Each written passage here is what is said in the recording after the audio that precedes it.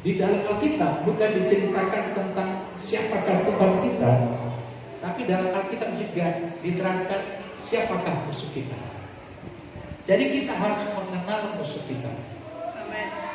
Mari kita baca bersama-sama 1 Petrus 5 ayat 8 sampai 11. Mari kita baca bersama-sama, kita baca ini bersama-sama.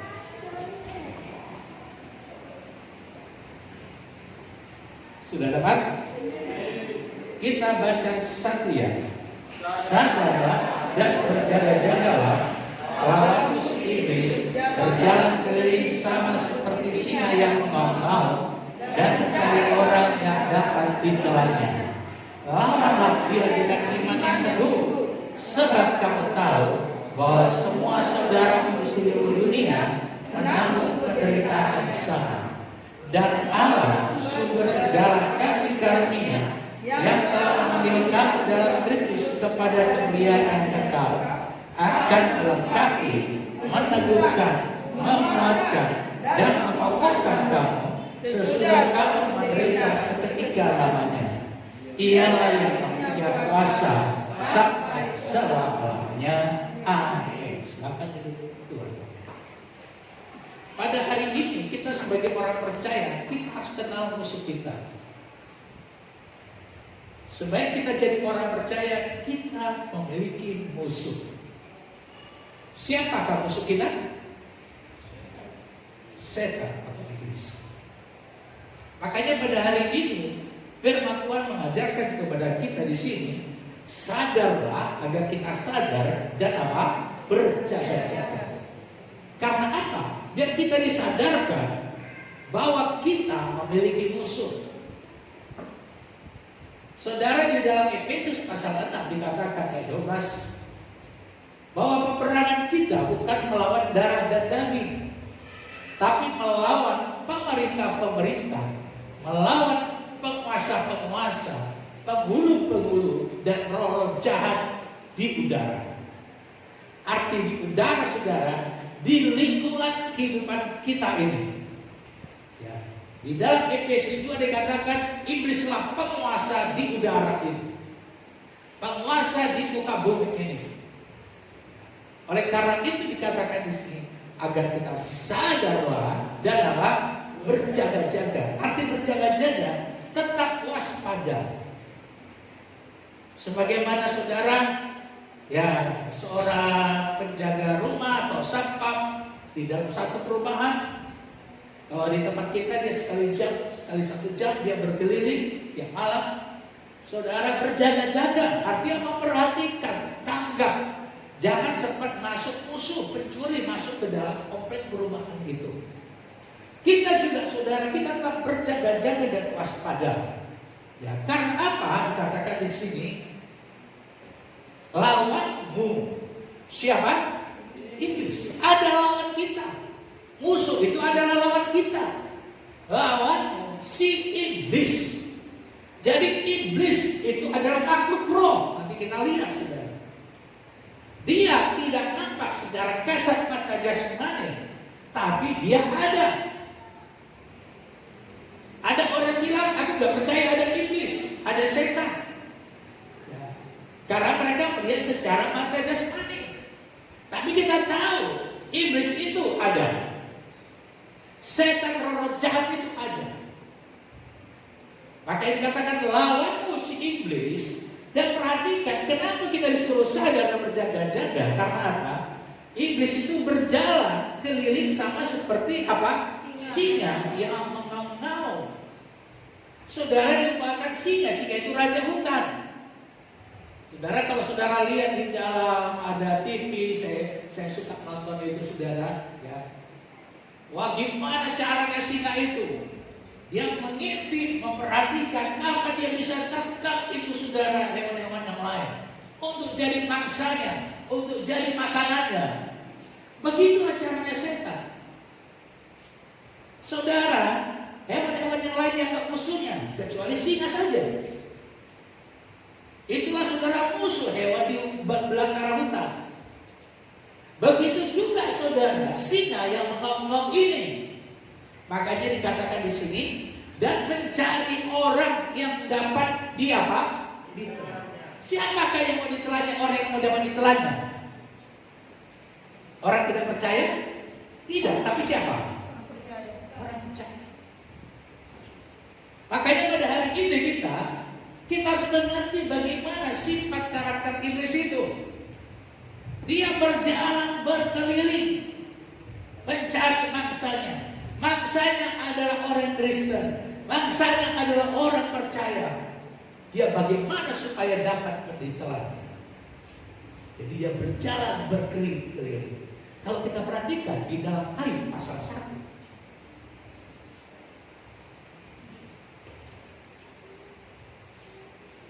Dalam Ayub pasal 1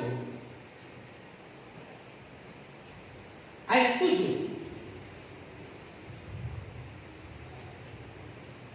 dikatakan begini, maka bertanyalah Tuhan kepada iblis, dari manakah engkau? Lalu jawab iblis kepada Tuhan. Apa dikatakan? Dari perjalanan mengelilingi dan menjelajah apa? Bumi. Untuk apakah dia? Itu tadi 1 Petrus 5:8, dia berjalan berkeliling seperti singa yang mengaum. Untuk siapa dapat orang yang dapat ditelan? Jadi saudara, sifat karakter musuh itu saudara berjalan berkeliling. Tuhan tanya, dari mana kau? Dari perjalanan mengelilingi dan menjelajah bumi. Ayat 8. Lalu bertanyalah Tuhan kepada iblis, apakah engkau memperhatikan hambaku Ayub? Ayub orang percaya atau tidak? Orang percaya. Dan perhatikan di sini.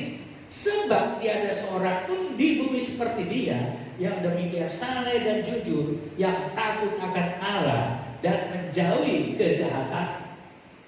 Saudara, ya, kau kenal tak Ayub orang percayaku? Saya tahu saudara, Tuhan itu bukan nggak tahu, Tuhan itu tes. Tapi ini disuratkan kepada kita agar kita mengerti. Dan apa dikatakan? Lalu jawab iblis kepada Tuhan, Apakah engkau tidak mendapatkan apa-apa? Ayub, takut akan Allah. Bukankah engkau membuat pagar sekeliling dia dan rumahnya serta segala yang dimilikinya? Apa yang dikerjakannya telah kau berkati, dan apa yang dimilikinya makin bertambah di negeri ini. Berarti Ayub dalam pengamatan siapa?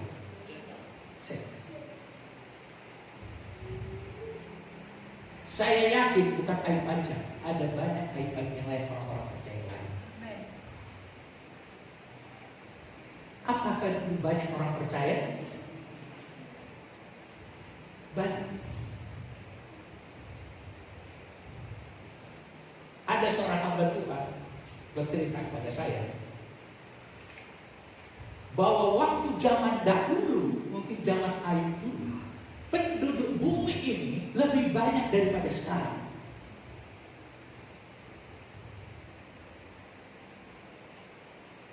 Dan dia melihatkan Tuhan, kalau sekarang itu 5-6 miliar penduduk dunia, kalau dahulu itu 17 miliar. Dia ketawa. Dia diperlihatkan Tuhan. Waktu zaman itu pun sudah banyak. Kalau saya pikir benar, umur orang sampai 600-an, benar gak? Sudah berapa pihak? Udah berapa itu dalam 1 tahun? Udah berapa sampai berapa tahun? Jadi pelipat gandaannya kira-kira saudara 10 kali lipat daripada yang sekarang ini. Bayangkan satu orang percaya pun tahu situasi keadaannya. Iblis tahu saudara. Sampai dikasih tahu, kan dia orang yang kau berkati. Iblis waktu ditanya oleh setan, dia catatannya dulu enggak? Enggak, langsung tahu. Langsung tahu. Sekiranya Tuhan tanya, hai iblis, tahu-tahu kau ada hambaku pendeta dalam Magabean yang melayani di Oraya di sana? Oh tahu. Kau kan agak kau berkati dia, maka sampai agak kunci perutnya. Dia tahu tentang keadaan kita. Apakah kita diberkati apa enggak? Dan dia tahu dia akan kau berkati karena kau bikin pagar tembok dalam dirinya, sehingga nggak bisa lagi masuk. Itu artinya dari sini aku tahu, jangan-jangan kita kurang diberkati karena sudah bisa masuk siapa? Musuh.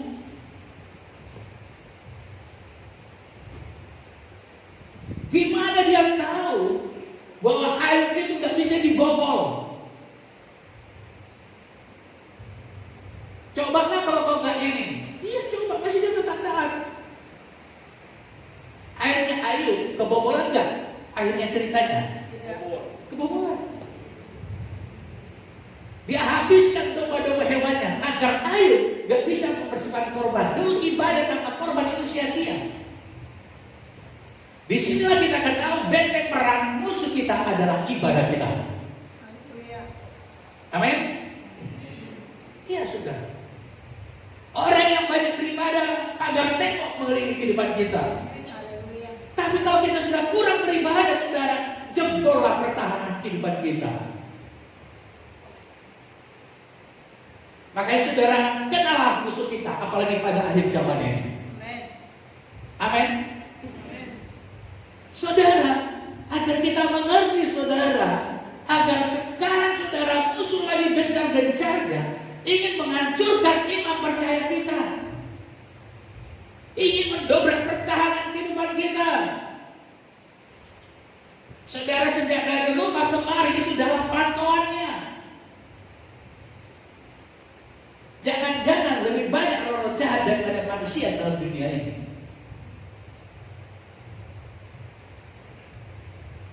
Tapi pada hari ini saudara, agar kita mengerti, mengenal siapakah musuh kita. Amin. Gimana tugasnya dia? Dia aktif sekali saudara, memperhatikan kehidupan rohani kita. Dia aja aktif saudara. Makanya kita orang percaya harus senantiasa aktif datang kepada Tuhan. Haleluya. Kita mau maju apapun tantangan rintangan yang kita hadapi. Dia mau melemahkan kehidupan kita. Dia akan memporsir di dalam kehidupan kita, menekan dalam kehidupan kita. Dia akan buat masalah, saudara. Tapi di sini kita harus kuat dan tetap tegar di dalam setiap perkara. Amin. Saya mau kita orang percaya kita tetap kuat di dalam Tuhan. Biar kita mengerti, saudara, musuh memperhatikan kehidupan rohani kita. Makanya saudara, dia berjalan berkeliling seperti singa yang maka saudara, kita harus mengenal musuh kita. Jangan buat celah dalam kehidupan kita. Kita perhatikan dalam 1 Samuel 27. Ada seorang percaya, dia yang diurapi oleh Tuhan, tapi saudara sudah jebol pertahanannya dengan Tuhan. Makanya saudara perhatikan di dalam 1 Samuel 27 ayat yang ke-5.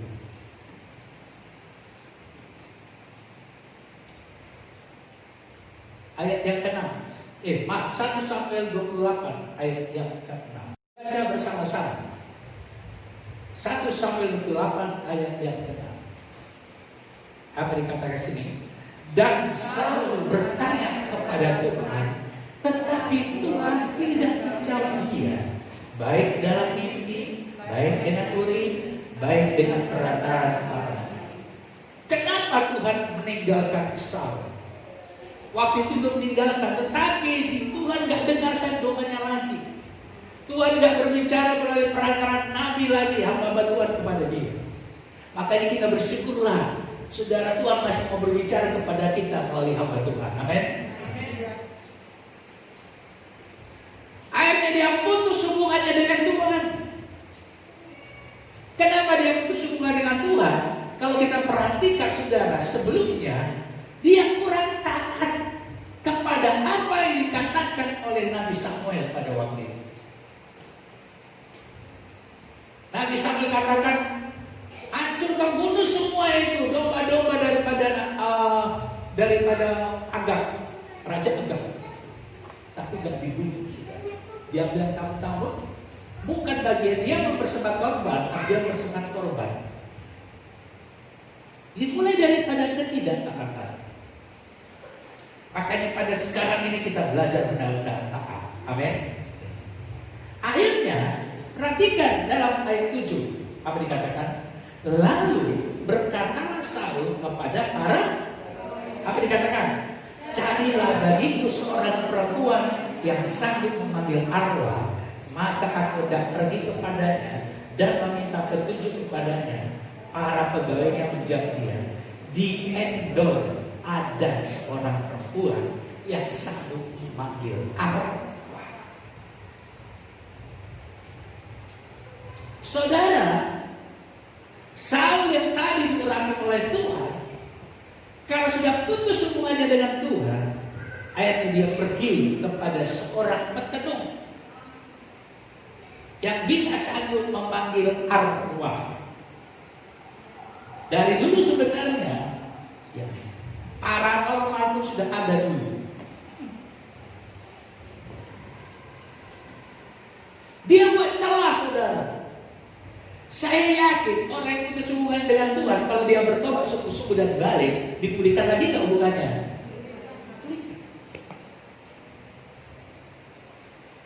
Dia buat celah yang ada hubungannya dengan penyembahan berhala.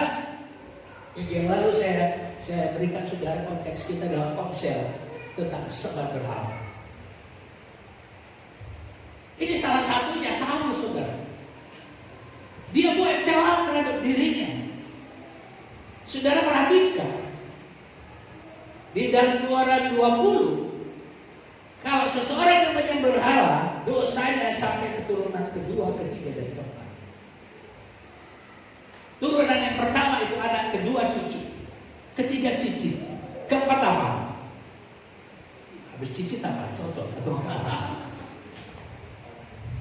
Bayangkan, saudara. Makanya saudara, merasa bebas dari penyembah berhala. Katakan amin.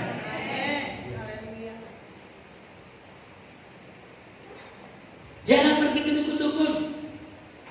Jangan percaya pada ramalan-ramalan.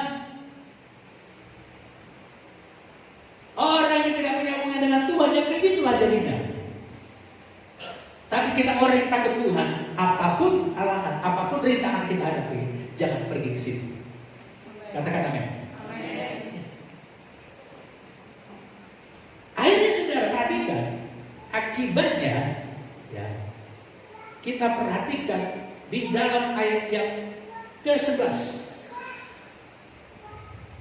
Sesudah itu bertanyalah perempuan itu, siapakah yang harus kupanggil supaya muncul kepadamu? Jawabnya, panggillah Samuel supaya apa? Muncul kepadaku. Ketika perempuan itu melihat Samuel berteriak, ia dengan suara nyaring. Lalu perempuan itu berkata kepada Saul demikian, mengapa engkau menipuku? Engkau sendirilah Saul. Maka berbicara raja kepadanya, janganlah takut. Tetapi apa yang kau lihat? Perempuan itu menjawab Saul, aku melihat sesuatu yang ilahi muncul dari dalam bumi. Saudara, mungkinkah dukun bisa memanggil rohnya Nabi Tuhan? Mungkin gak? Tidak mungkin. Tapi dalam penglihatan yang datang seperti tadi siapa? Samuel. Saudara, iblis juga bisa menyamar sebagai apa? Malaikat terang, apalagi orang percaya. Kenapa dia bisa meniru seperti Samuel? Perhatikan, setiap orang percaya dalam pantauannya, gerak-geriknya dalam pantauannya, jadi dia bisa menyamar. Inilah namanya arwah, roh arwah. Tapi itu bukan rohnya si Samuel. Katakan amin. Katakan amin.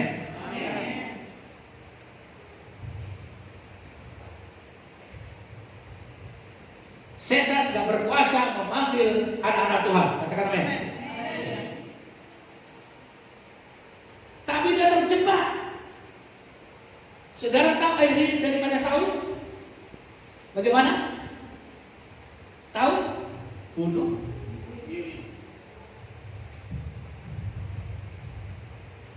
Orang sering kedukun itu udah putus asa, ingin membunuh dirinya sendiri. Makanya jangan coba-coba. Orang yang kedukun seolah menyelamatkan, tapi menghancurkan dari belakang.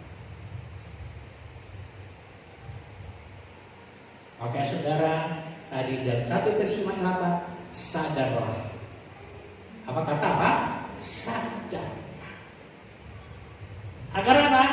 Agar kita tidak terjebak di dalam pengaruh kekuatan istik. Katakan amin.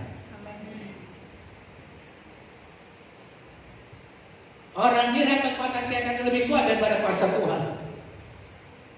Kuasa Tuhan lebih hebat daripada kekuatan setan. Katakan amin.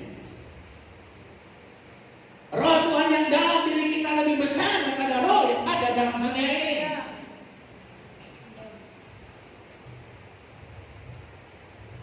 Tapi kita harus mengerti, adakah kekuatan setan? Ada? Ada. Oleh karena itu saudara, kita jangan coba-coba saudara. Aroma kita itu sudah beda. Kita bukan orang biasa. Karena kita orang apa? Karena kita orang apa? Luar biasa. Karena kau adalah anak Tuhan. Katakan amin. Hadirat Tuhan ada dalam dirimu. Saul gak ngerti, dia pergi ke tempat perdukunan. Ini cocok di auranya. Dia munculkan seolah Samuel. Sebenarnya disitulah jebakan roh itu kepada Saul, sehingga dia masih berperang, masih raja. Akhirnya bukan saudara musuh membunuh dia, daripada musuh membunuh aku juga aku yang bunuh sendiri. Saudara, hati-hati saudara, samaran roh jahat sekarang. Sabar spirit sekarang saudara. Agar kita tetap berjaga-jaga. Katakan amin. Kita buka Yesaya 14.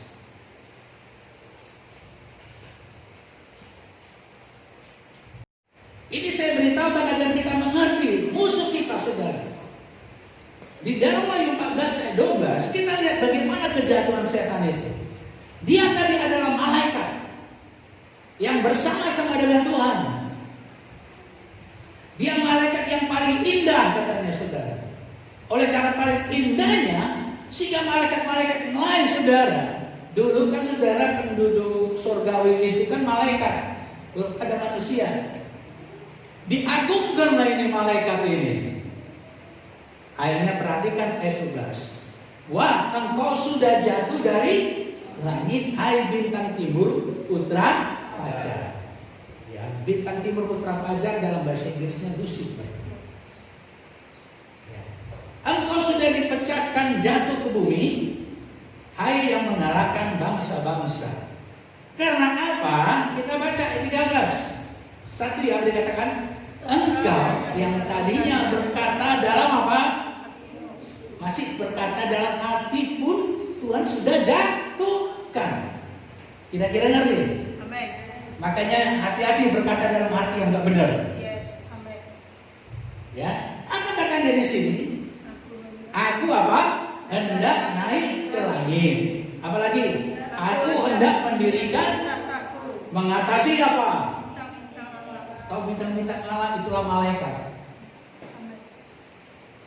Aku hendak mengatasi. Aku punya tahta. Karena yang punya tahta itu di situ adalah siapa tuh? Tuhan. Aku mengatasi mereka. Aku hendak. Makanya hati-hati. Ada kata aku hendak lebih dari yang lain. Itu rohnya siapa? Rohnya siapa? Lucifer. Amin. Amin. Makanya jangan ada hati mengatasi yang lain. Haleluya. Filipi 2 dikatakan kita harus menghargai satu dengan yang lain. Amin. Amin. Jangan dalam hati ada akulah, jangan seperti dia. Kalau ada itu roh siapa ini? Roh Lucifer. Orang seperti ini akan cepat jatuh, akan dijatuhkan. Ini masih berkata dalam hati. Amin. Amin. Makanya ada ibunya Yohanes Yakobus, Yesus, kalau engkau nanti di surga dan tahtamu, ingat ya anakku yang dua ini ya.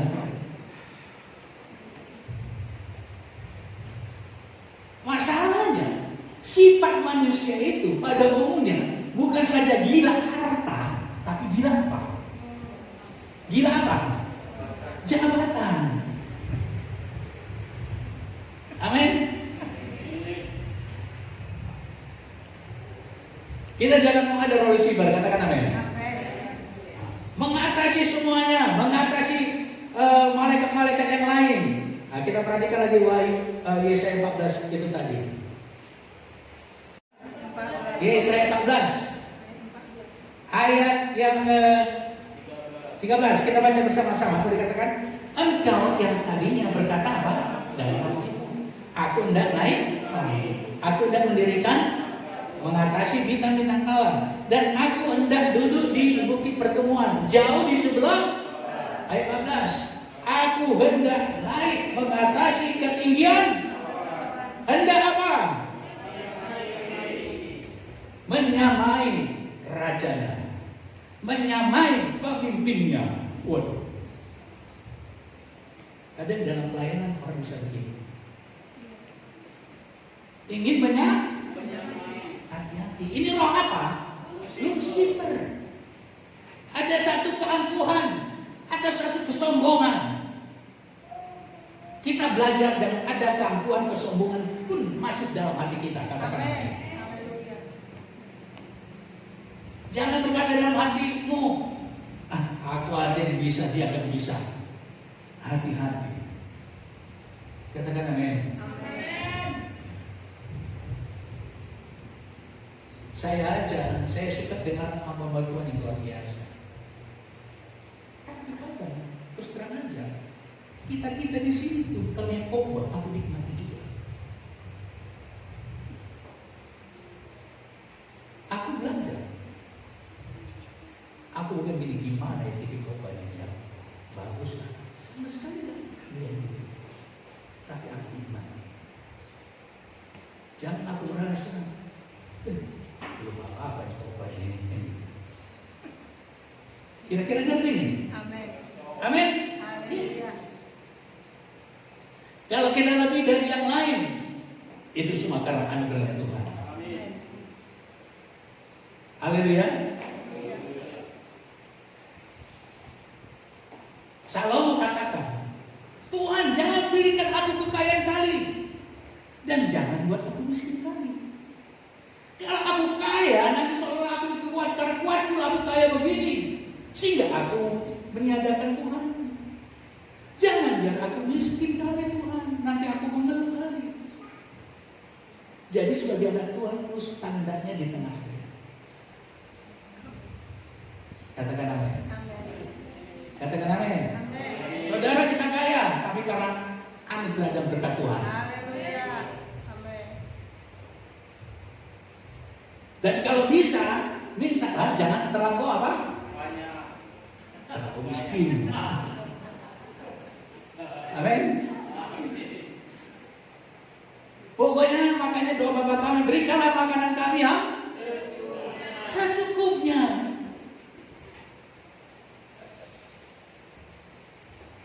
Saya dulu cita-cita saya punya titel, punya harta, punya ini. Aku jadi pendeta. Tuhan tahu, mungkin kalau aku jadi begitu, aku sombong. Aku tinggalkan Tuhan. Tuhan tidak pernah melawan orang yang sombong. Katakan amin. Inilah jebakan-jebakan musuh kadang yang terjadi dalam diri kita. Makanya saudara, jangan kau terjebak, engkau merasa lebih dari yang lain. Katakan amin. Semua karena anugerah Tuhan. Ya, amin. Tapi kita sebagai orang percaya, saudara, kita diberi kuasa. Katakan amin. Kita baca Roma 16.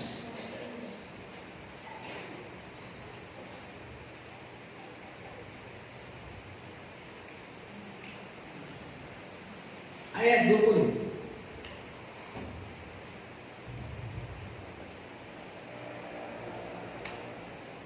Kita baca satu ya, apa dikatakan? Semoga Allah sumber damai sejahtera apa?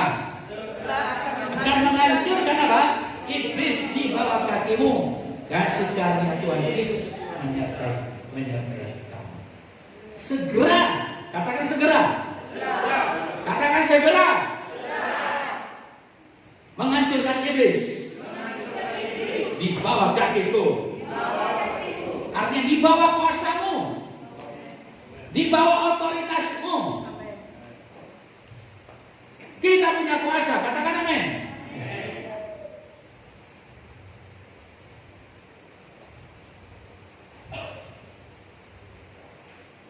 Saya tanya Tuhan, apakah coronavirus ini ada rohnya?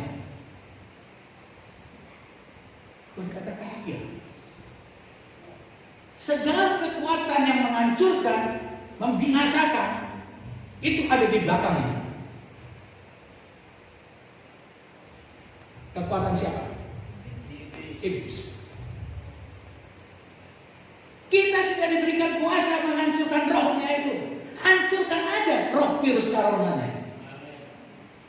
Katakan amin. Makanya segera menghancurkan iblis, segera menghancurkan roh jahat, segera menghancurkan roh penyakit, roh yang membawa virus corona di dalam nama Yesus. Kadang kita diintimidasi dengan ketakutan. Tapi bukan berarti saudara nggak pakai masker ya. Itu bijaksana kita. Kalau nggak perlu diperangi, kita bisa buat nggak kita perangi kan gitu. Harus energi. Tapi saudara, kita sudah diberikan kuasa. Segera, katakan segera. Dia Allah yang menghalangi kehidupan sama Tuhan. Dia yang menghalangi berkat-berkat Tuhan mengalir dalam kehidupan kita. Dia mau jebol pertahanan rohani kita. Dia yang membuat kita malas beribadah, malas berdoa, malas baca firman Tuhan. Agar akan jebol pertahanan rohani kita. Kalau dia jebol, dia bisa sudah lihat Ayub. Bukan hartanya saja, anak-anaknya dan semuanya. Bahkan Ayub kena sakit penyakit. Makanya saudara, hari-hari ini kuatkan pertahanan rohani. Amin. Amin. Persekutuan pribadi dengan Tuhan. Haleluya. Kita bisa sibuk kerja, tapi kita sibuk juga dengan Tuhan.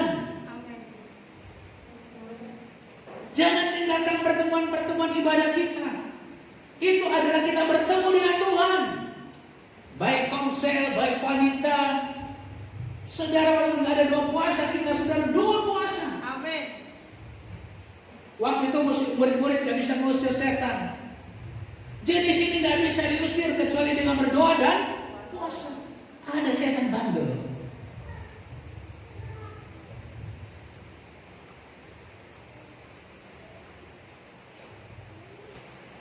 Ada pengenalan roh dalam diri kita. Katakan amin. Amin. Kalau ada roh jahat kita tahu, walaupun kita nggak nampak. Yes. Haleluya. Saya tahu ke tempat-tempat teman saudara, saya ngerti. Ini ada spirit roh jahatnya nih. Terus bergetar itu dalam diri kita, terus nggak enak. Makanya kita pada akhir zaman ini peka terhadap roh Tuhan. Amin. Peka di dalam kehidupan kita. Haleluya. Makanya saudara, engkau punya kuasa untuk menginjak-injak iblis. Katakan amin. Kita buka lagi Lukas 10.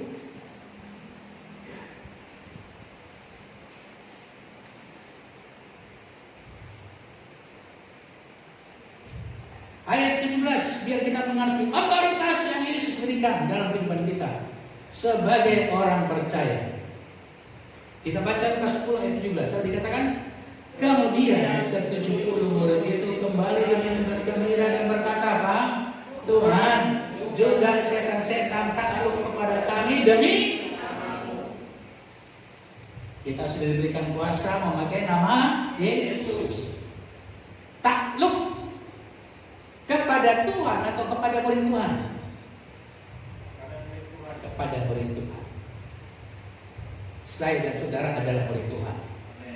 Katakan, saya adalah murid Tuhan. Setan takluk kepada saya demi nama Yesus. Akhirnya ayat 19. Lalu kata Yesus pada mereka, katakan, aku melihat iblis apa? Jatuh seperti kilat dari langit. Jatuh seperti kilat dari langit. Makanya saudara, kalau kau katakan demi nama Yesus, setan yang mengganggu kehidupanku, yang mengganggu keluargaku, engkau aku usir, engkau tunduk di bawah kakiku di dalam nama Yesus. Ya. Makanya Tuhan katakan ayat 19, kita baca apa dikatakan? Sesungguhnya aku telah memberikan kuasa kepada kamu untuk apa?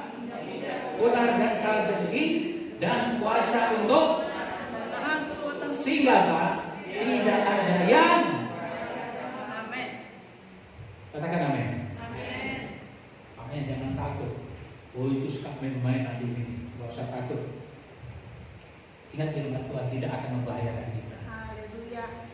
Guna-guna santet-santet tidak akan membahayakan kita. Haleluya. Katakan amin. Tapi itu kita tetap punya hubungan dengan Tuhan. Yes. Jangan kecolongan kita.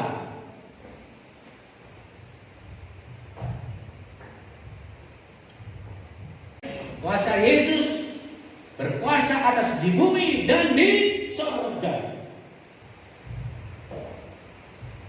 Makanya pada hari-hari ini kita banyak berperang. Amin. Firman Tuhan ini Tuhan kasih.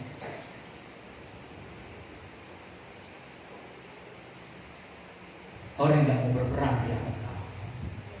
Berperang Tuhan bersama dengan kita. Haleluya. Jikalau Tuhan bersama dengan kita, siapakah yang menjadi apa? Lawan kita. Roh Tuhan lebih besar daripada apapun juga. Haleluya. Roh Tuhan mengurapi kita semuanya. Dan pada hari ini, urapan itu akan Tuhan curahkan kepada kita. Amin. Agar kita menang terhadap musuh-musuh kita. Seperti urapan kita sampai kepada Daud mengalahkan segala musuh-musuhnya. Mengalahkan Goliat, mengalahkan orang Filistin. Itu yang mau Tuhan berikan kepada orang yang cinta akan Tuhan. Amin. Sehingga kita menjadi orang yang perkasa di dalam peperangan. Makanya jangan mau mundur di hadapan Tuhan. Katakan amin. Apapun masalahmu, itu pekerjaan musuh. Itu pekerjaan setan. Jangan kau melemah. Katakan amin. Oh, harus kuat. Makanya tadi dalam 1 Petrus 5 dikatakan di sini ayat 9, lawanlah dia dengan iman yang teguh, sebab kamu tahu bahwa semua saudaramu seluruh dunia menanggung penderitaan yang sama. Itulah yang dikerjakan oleh kekuatan setan. Dan Allah sumber segala kasih karunia yang telah mengambil kamu dalam Kristus kepada kemuliaan yang akan apa? Melengkapi. Yang kedua apa? Meneguhkan. Yang ketiga apa? Menguatkan. Yang keempat, mengokohkan kamu sesudah kamu apa? Menderita. Sekiranya kau lemah dalam pergumulan, lemah dalam peperangan rohani, Tuhan akan menguatkan engkau pada hari ini. Amin. Tuhan akan mengokohkan engkau pada hari ini. Tidak selamanya engkau di kekuatan musuh menyerang. Engkau harus jadi orang pemenang. Makanya dikatakan, ialah yang mempunyai apa? Kuasa sampai apa? Amin. Mari kita berdoa. Ini Tuhan mungkin musuh menggocok kehidupan kami. Tapi pada hari ini, Engkau akan menguatkan, mengokohkan kami ya Tuhan. Sehingga kami kuat di dalam setiap perkara. Apabila ada kekuatan musuh mencoba-coba mengganggu kami, aku patahkan, hancurkan dalam nama Yesus.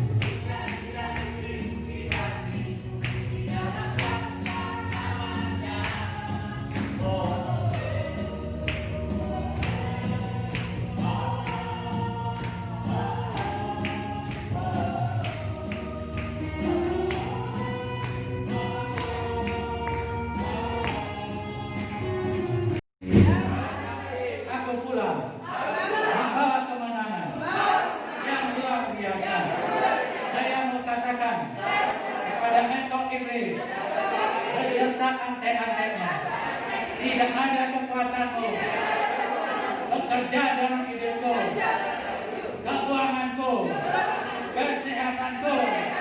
Dalam nama Yesus, aku perintahkan engkau pergi, engkau keluar di dalam nama Yesus, di dalam nama Yesus.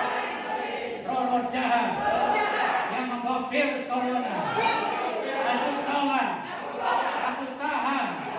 Kekuatanmu tidak boleh menjamah hidupku, keluargaku, anak-anakku. Dalam nama Yesus, Roh Tuhan yang dalam diriku lebih besar daripada roh yang ada dalam dunia. Saya pulang membawa kekuatan ilahi. Pada hari ini saya mau katakan di dalam nama Yesus, saya kuat, saya sehat. Di dalam nama Yesus, perlindungan Tuhan menyertaiku kemanapun aku berada. Demi nama Yesus, roh malapetaka, roh celaka, roh maut, roh pelanggaran tidak berkuasa menjamah hidupku, menjamah tubuhku. Sekali lagi kukatakan, dalam nama Yesus, segala roh jahat yang menghalangi berkat Tuhan, aku tolak dalam nama Yesus. Demi nama Yesus, anugerah Tuhan, damai sejahtera Tuhan bersama David. Haleluya. Terima kasih. Beberapa penyakit Tuhan sembuhkan. Demi nama Yesus. Demi nama Yesus. Demi nama Yesus. Demi nama Yesus. Pulanglah jemaat dikasih oleh Tuhan. Malaikat Tuhan menyertai kemanapun engkau berada. Kemurahan Tuhan turun dalam hidupmu. Terimalah damai sejahtera Bapa di surga. Cinta kasih Tuhan kita Yesus Kristus. Pertolongan, penghiburan, kekuatan daripada Roh Kudus. Itulah yang menyertai kita. Dari saat sekarang ini sampai Maranatha. Yesus datang kali yang kedua. Siap yang percaya semua katakan amin 3 kali. Amin.